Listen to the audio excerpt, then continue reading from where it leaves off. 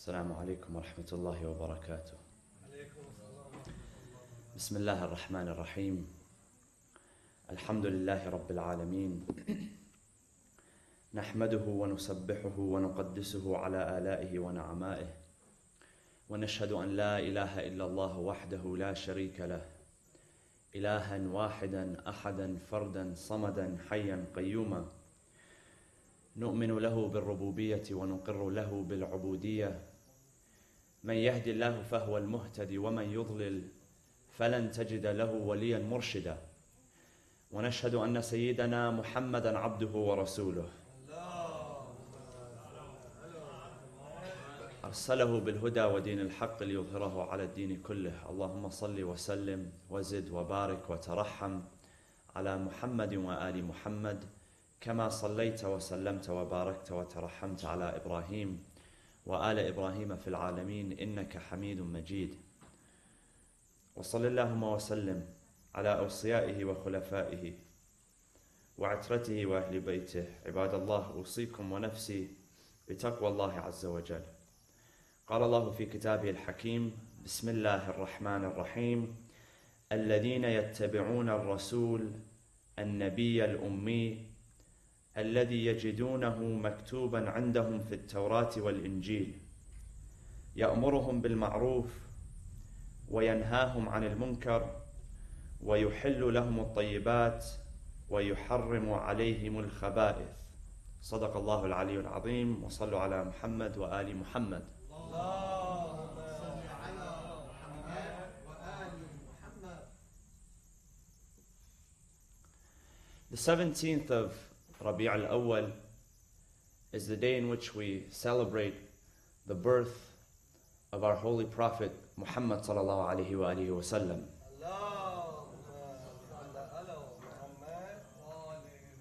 That took place in the year 570, Common Era, which in the Quran coincides with what is known as Amul Fil, and that is the year in which Mecca and the sanctuary of the Kaaba was attacked by an invading army which sought to destroy the Kaaba, the sanctuary, and eradicate the remembrance of God and to divert the attention of the people. And this is a significant event. And it's described in the Quran in its own short chapter, Surah Al-Fil. أَلَمْ تَرَ كَيْفَ فَعَلَ رَبُّكَ بِأَصْحَابِ الْفِيلِ. Do you know of what your Lord made of the people of the elephant, the army of the elephant? The army, invading army. At the front of the army were elephants, which were placed in order to effectively invade and trample and destroy anything that was in their path.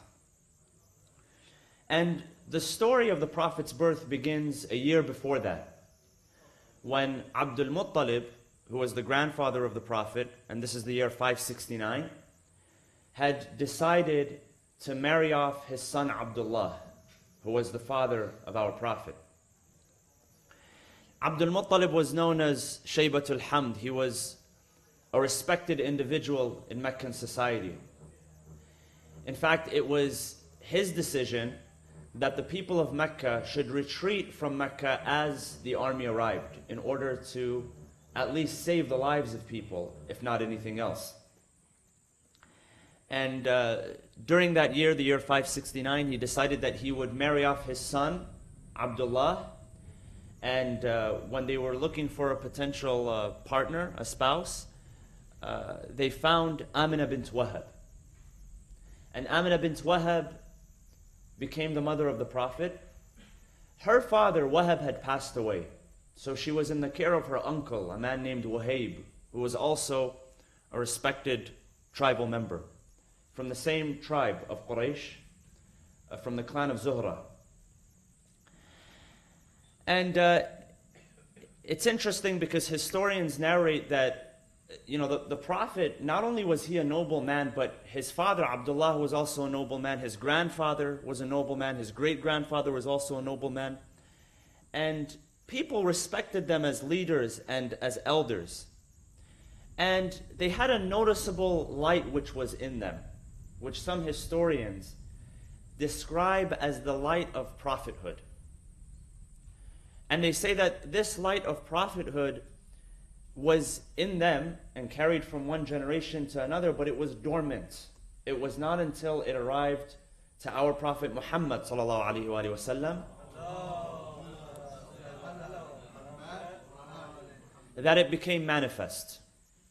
What we know from the Quranic tradition is that there were scholars and elders who recognized the signs of prophethood. They recognized some of those signs. And this is what the Quran says. The Quran says in chapter 7, Surah Al-A'raf, verse 157. It describes who the Prophet was in a number of attributes or a number of qualities. 10 in total. الَّذِينَ, those who follow. الَّذِينَ يَتَّبِعُونَ الرَّسُولَ النَّبِيَّ الْأُمِّيِّ. So those are the first three qualities, is that he's a messenger, he's a prophet, and he is unlettered. Now we'll come back to what that means. الَّذِي يَجِدُونَهُ مَكْتُوبًا عِنْدَهُمْ فِي التَّوْرَاةِ وَالْإِنْجِيلِ. The one whom they find is written about in the Torah and the Injil. The Torah and the Injil, meaning the Old and New Testaments. So the Quran claims that the description is there. And so people were familiar with those signs. Among those signs, they knew that he would appear in the Arabian Peninsula. They knew that, for instance, he would be from the lineage of Ibrahim. Now some of them thought that he would be of the lineage of Ishaq from Ibrahim. And a lot of them did not expect him to be of the lineage of Ismail. Because they had been so used to the prophets being descendants of Ishaq. However, there were some signs. They knew that, for instance, he had the seal of prophethood. And it was a physical seal, a sign that he had. They knew that, for instance, he did not accept charity, but he accepted gifts. And so those signs were apparent to them. Those signs were visible to them. And not only that, so they had expected this prophet to appear in the Arabian Peninsula. And so with Abdul Muttalib, with Abdullah, people noticed that in them there was a light, there was a certain illumination. And that it had stayed dormant until the prophet, and it had manifested itself through the life of the prophet. Now, one event is particularly interesting, which historians narrate. They say in that same year that Abdullah was married, so Abdullah, the father of the prophet, marries Amina. And he stays in that home for a number of days. On his way, as he's going to get married, there's a woman by the name of Qutayla. Qutayla, her brother was Waraqa bin Nawfal. And for those of you who are familiar with the history, Waraqa bin Nawfal was a cousin of Khadija bint Khuwaylid. And it said that Waraqa was a well-versed man. He was well-read. And that he also understood and he recognized the attributes of this final prophet that was to come. Now, some say that when the prophet was ordained as a prophet, he came and confirmed. Some reject the story. However, we know that he was a well-versed man, and that he would also teach his sister, Qutayla, what he knew to be true. And so when Abdullah was on his way with his father to go and marry Amina, the father and mother of the prophet, Qutayla saw him on the way.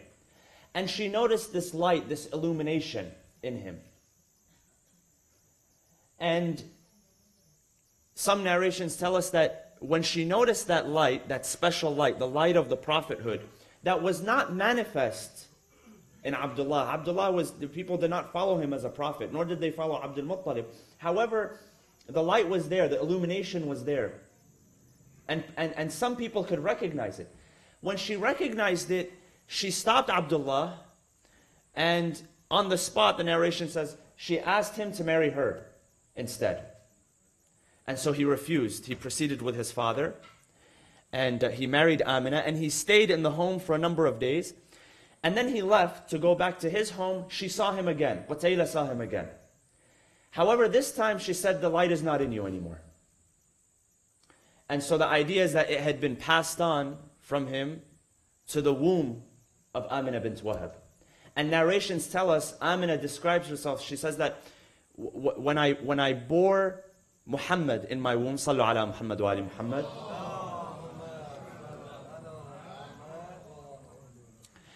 that my home all of a sudden was full of light. The Prophet carried this light with him. He carried this energy with him. He carried this barakah, this blessing with him wherever he went. She said his light illuminated the entire home. So much so that we could see distances because of this light. We could see far distances which normally with the naked eye we would not be able to see. And when he was born, we are told that he was taken into the care of a woman by the name of Halima Sa'diyah. And you know, if you read about the biographies of the founders of religions, the founders of faiths, you'll find some common elements there. For instance, and we're approaching the days of Christmas, that the story of the birth of Isa alayhi salam, Jesus, in the book of Matthew, it says that when he was born, there were the wise men from the east who came, and they gave the gifts of gold and frankincense and myrrh. And they said that they were following a star, meaning that when he was born, a star became apparent to them, and they began to follow the path of that star until they reached Isa alayhi salam. The similar events are narrated in the births of other individuals, such as Zoroaster, who is the central figure in the Zoroastrian faith. And when it came to the story of the birth of the Prophet Muhammad sallallahu alaihi wasallam,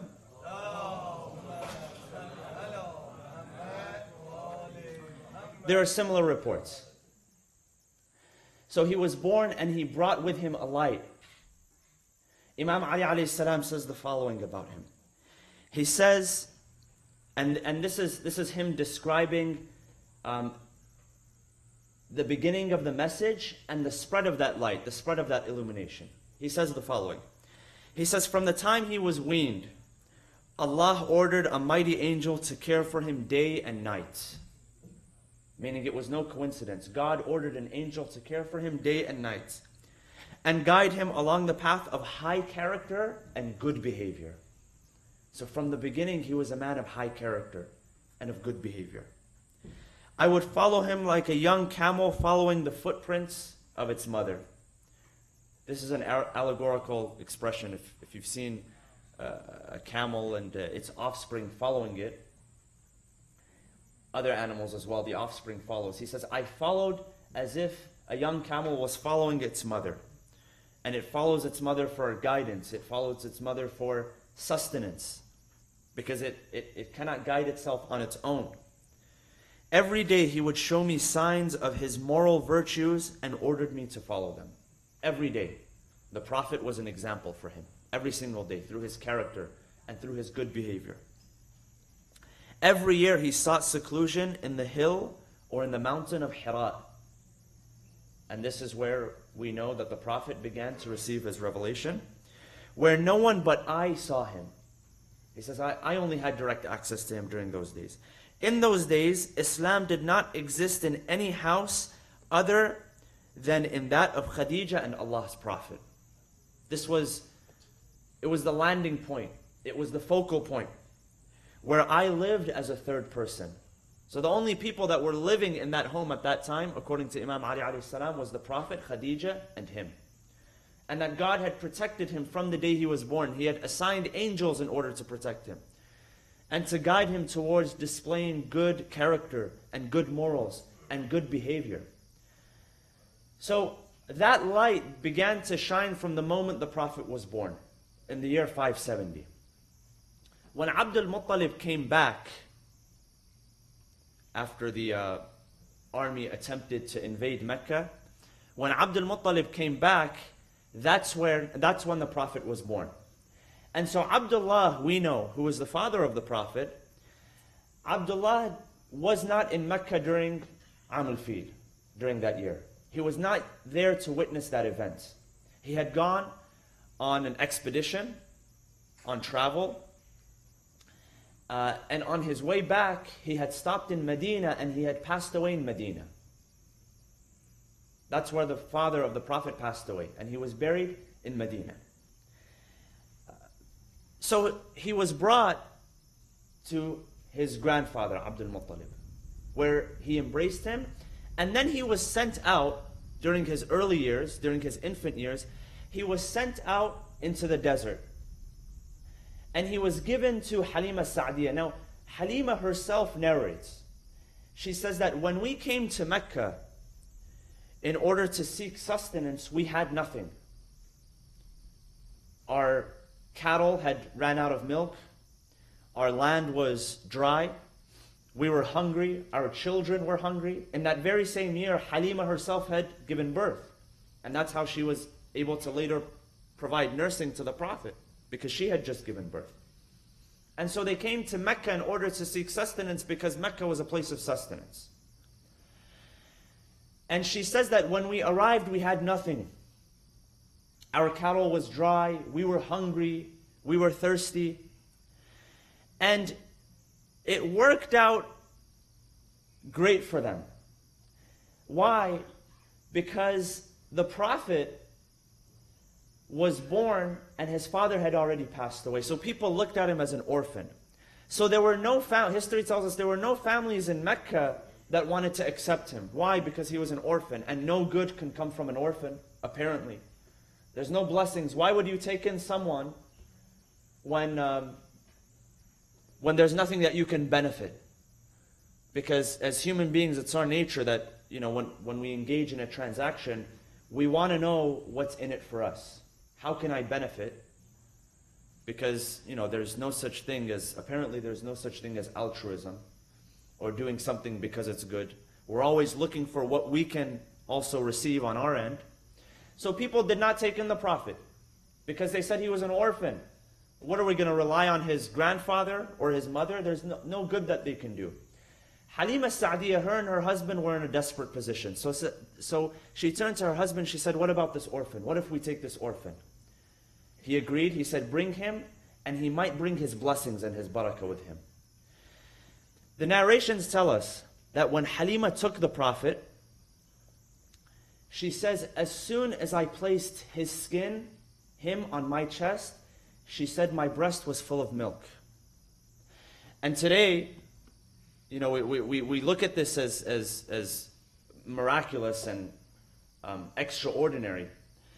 But today, and I had the chance a few months ago to speak to doctors concerning this. They say that they're discovering these days that when a child, an infant, is placed on the skin of his or her father and mother, that actually creates the environment for more milk to be produced. And not only that, the child, through that skin-to-skin contact, gives off certain hormones. Those hormones are then created in the breast milk, which develop a certain, it's like a medicine, which is specific to that child, which is specifically engineered to that child to protect them from certain illnesses. And so the doctors that I was speaking to, they said, there's nothing that as doctors or as chemists or as engineers, there's nothing that we can engineer that comes close to a mother's breast milk.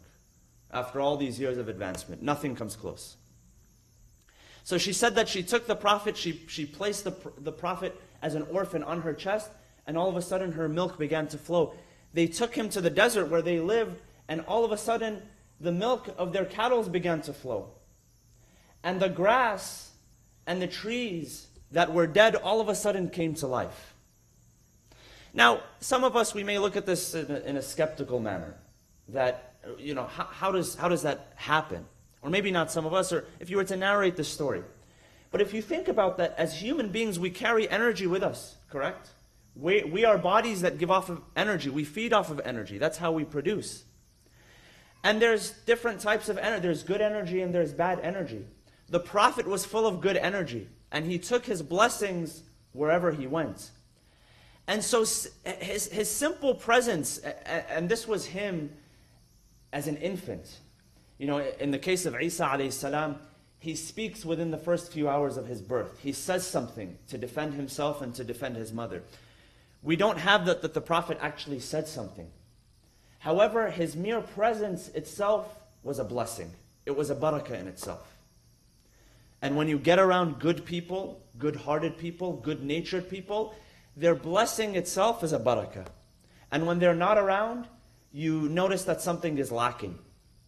And that was the Prophet during his entire life. Anybody who came to him, they found that he was a source of blessing. Just his existence, just being around him. And that's why it's recommended that we always mention, because even mentioning the name of the Prophet brings blessings. That's why we always send our blessings upon the Prophet and his family. Sallu ala Muhammad wa ali Muhammad.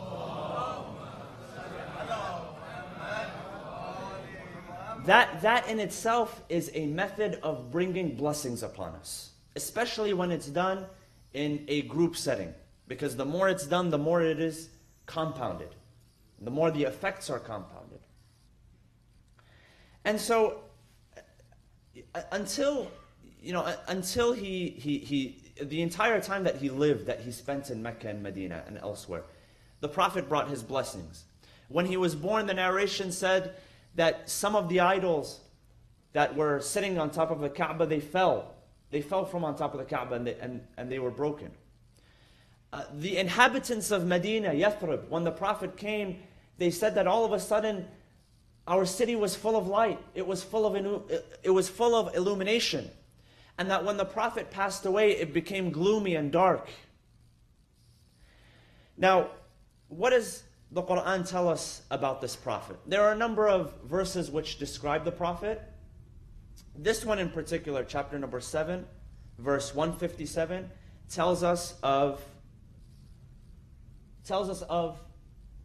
a number of those attributes. الَّذِينَ يَتَّبِعُونَ الرَّسُولِ. Number one is that he was a messenger.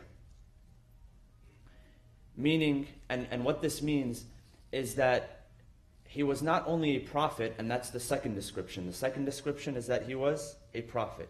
A prophet is one who brings news from God, who gives glad tidings. That's a prophet. A messenger, according to our scholars, is one who is not only a prophet, but is one level above, and that's a person who brings with them a scripture, a written book from Allah subhanahu wa ta'ala. So we're told of the different scriptures in our Quran. We're told that our Prophet has brought down the Quran.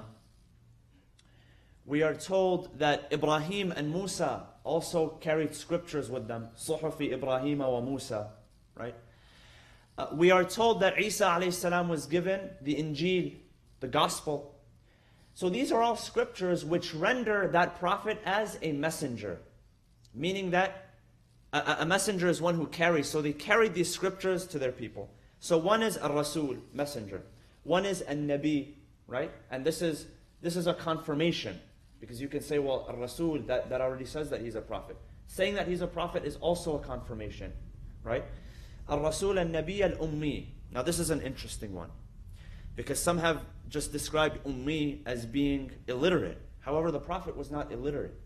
Because a person who is illiterate cannot teach. We read in Surah Al-Jum'ah that this person that was sent, this Prophet that was sent, يُعَلِّمُهُمُ الْكِتَابَ وَالْحِكْمَةِ. He teaches them kitab, which is the book. That's what he delivers to them. And hikmah. Hikmah is wisdom. So the Prophet was a man of wisdom. When we say ummi, that does not mean that he was not enlightened. What that refers to is that he did not receive formal education and training. In the way that we do today, our children, by law, have to be registered in school.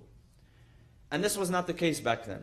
There was no law that said that your children had to be registered in school. In fact, it was not a right to be registered in school. It was a privilege. You had to know the right people in order to go through that formal learning and formal education process. Al-Ummi. الذي يجدونه مكتوبا عندهم في التوراة والإنجيل. Okay, so they see that his descriptions are in the Torah and the Injil, the Old Testament and the New Testament. And there's a list of verses. One of those verses is the following. And as for Ishmael, this speaks about the progeny of Ismail. And as for Ishmael, I have heard thee. Behold, I have blessed him, and will make him fruitful, and will multiply him exceedingly. 12 princes shall he beget, and I will make him a great nation. So this is the book telling us that from Ismail there will be a great nation. الذي يجدونه مكتوبا عندهم في التوراة والإنجيل يأمرهم بالمعروف وينهاهم عن المنكر. He commands them to do good, and he forbids them from doing evil. And these two go hand in hand. Al-amr bil-ma'ruf wa-nahy al-munkar.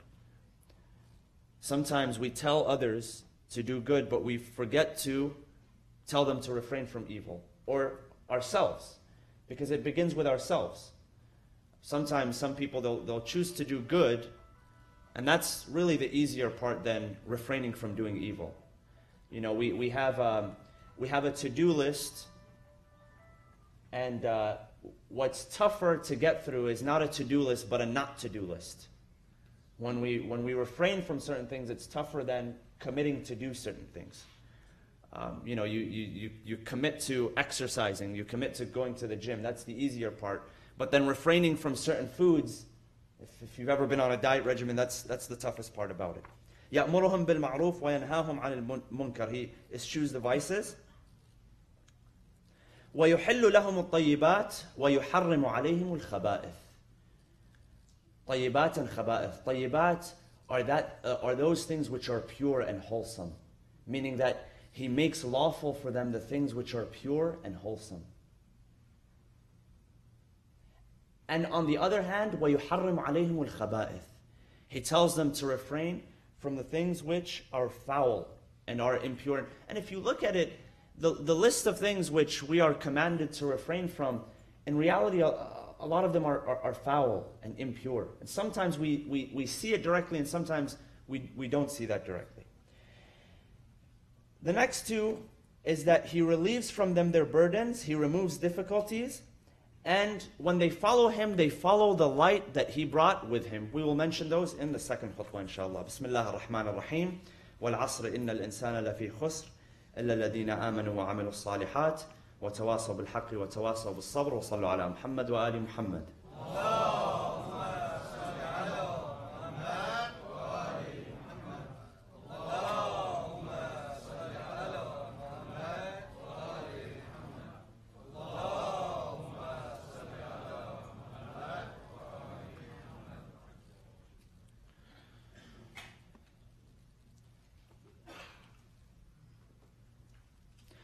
بسم الله الرحمن الرحيم الحمد لله رب العالمين نحمده ونسبحه ونقدسه على آلائه ونعمائه ونشهد أن لا إله إلا الله وحده لا شريك له ونشهد أن سيدنا محمدا عبده ورسوله اللهم صل وسلم وزد وبارك وترحم على محمد وآل محمد كما صليت وسلمت وباركت وترحمت على إبراهيم وآل إبراهيم في العالمين إنك حميد مجيد وصل اللهم وسلم على أوصيائه وخلفائه وعترته وأهل بيته علي أمير المؤمنين وقائد الغر المحجلين وعلى البضعة الطاهرة فاطمة الزهراء سيدة نساء العالمين وعلى سبط نبي الرحمة وسيد شباب أهل الجنة الحسن والحسين وعلى علي بن الحسين ومحمد بن علي وجعفر بن محمد وموسى بن جعفر وعلي بن موسى ومحمد بن علي وعلي بن محمد والحسن بن علي والخلف الهادي المهدي عجل الله تعالى فرجه وسهل مخرجه وجعلنا من أنصاره وأعوانه. عباد الله أوصيكم ونفسي بتقوى الله عز وجل. Surah Al-A'raf, chapter 7, verse 157, continues to describe the Prophet in the following way. وَيَضَعُ عَنْهُمْ إِصْرَهُمْ وَالْأَغْلَالَ الَّتِي كَانَتْ عَلَيْهِمْ فالذين آمنوا به وعزروه ونصروه واتبعوا النور الذي أنزل معه أولئك هم المفلحون. So one particularly interesting attribute that the Prophet had, that our Prophet had, is that he's described as a person who was sent in order to relieve the burden and remove the difficulties that people had placed upon themselves. And in a number of verses, we're told that the earlier people who are described in the Quran, the earlier tribes, the earlier people that the prophets were sent to, some of them would place hardship and burden upon themselves and then ascribe that hardship or that burden as being God's law. So what that means is they would engage in a behavior. They would refrain from enjoying certain things which God had not refrained from them from. They would refrain from consuming certain things which God had not refrained them from consuming. And then, so they would wrongfully do that, and then they would attribute that to God. They would say that God told us to do this. So they had created a burden and difficulty upon themselves. The characteristic of our Prophet in this verse is that he came in order to remove those burdens, relieve those burdens, and remove that difficulty. And there are a number of narrations where the Prophet says that the religion that I have brought forth is not meant to create burdens and hardship for people. And if you notice, a lot of the times, now put religion on the side, anytime that we want to do something, that's great. Anytime we want to do something for ourselves, anytime we want to do something significant, the first battle that you always have to fight is within. Because sometimes the path is clear for us, but in our mind, we make it difficult upon ourselves. So if I choose to, change my career or do this or do that or certain things that you want to do in your life, the first mental block, the first block that you have to go through, the first obstacle is the mental block that you have. What's this person going to think? What's that person going to say? If I decide to embrace my faith, maybe I come from a family where I wasn't taught to pray 5 times a day. And if I decide to do that, my parents are going to look at me, or my siblings are going to look at me, or my cousins are going to look at me in a funky way. And so we create these mental blocks and we make it hard upon ourselves. We create hardship for ourselves. We create obstacles for ourselves. And that's really the biggest thing that we have to get over. And that's what the Prophet, he said, this is what I came to do. I came to relieve hardship. I came to relieve the burden. And so that's something that we have to take into consideration. And this in itself is a form of mercy. Our Prophet is described, and that's his top characteristic. That's his hallmark attribute, is that he was a prophet of Rahmah, Nabiyur Rahmah. He was sent as a mercy, not to just the people of Arabia, Rahmatan lil Alameen, to the people of the world. If we only understand what the significance of the Prophet was. So this is one. And the final attribute which is described in this verse, it says that the people that followed him, those who followed him, those who believe in him, and those who honor him, and help him, and follow the light which has been sent down with him, those are the people that are successful. That light that was sent down with the Prophet, the illumination of guidance. Meaning that we also have to be beacons of light and guidance. Sometimes we underestimate ourselves and our own ability and the value that we have that we can add to people. Because nobody has taught us maybe to believe in ourselves. Nobody has taught us the value of what we have. The faith that you have. The light that you can provide for other people. So those people who follow the light of the Prophet, they are the ones that are truly successful. We ask Allah subhanahu wa ta'ala to allow us to be of the followers of the light of Rasulullah sallallahu alayhi wa sallam. We ask Allah subhanahu wa ta'ala to allow us to be followers in His guidance, to be role models for His mercy and justice. And we ask Allah subhanahu wa ta'ala to allow us to be His true representatives so that the people of the world can today see truly what the message of Islam is about. بسم الله الرحمن الرحيم والعصر إن الإنسان لفي خسر إلا الذين آمنوا وعملوا الصالحات وتواصوا بالحق وتواصوا بالصبر. Two quick announcements. Tonight the youth of our masjid have the First Fridays event, the monthly First Fridays event beginning tonight. And tomorrow we are celebrating the birth of the Prophet Muhammad ﷺ here at the IECOC. It'll be an interfaith and intrafaith event. We have guest speakers. We have Dr. Sherman Jackson, who is a professor of Islamic Studies at USC, the University of Southern California. We have Rabbi Lee Weissman coming in. Sayyid Hadi will also be here tomorrow. So please invite your friends and family members. The program starts at 7 o'clock, but we won't begin with prayer because this hall will be set up with chairs. So please perform your Maghrib and Isha prayers at home and come, and please invite everyone. Dinner will be served, inshallah, and we will see you tomorrow. Assalamu alaikum wa rahmatullahi wa barakatuh.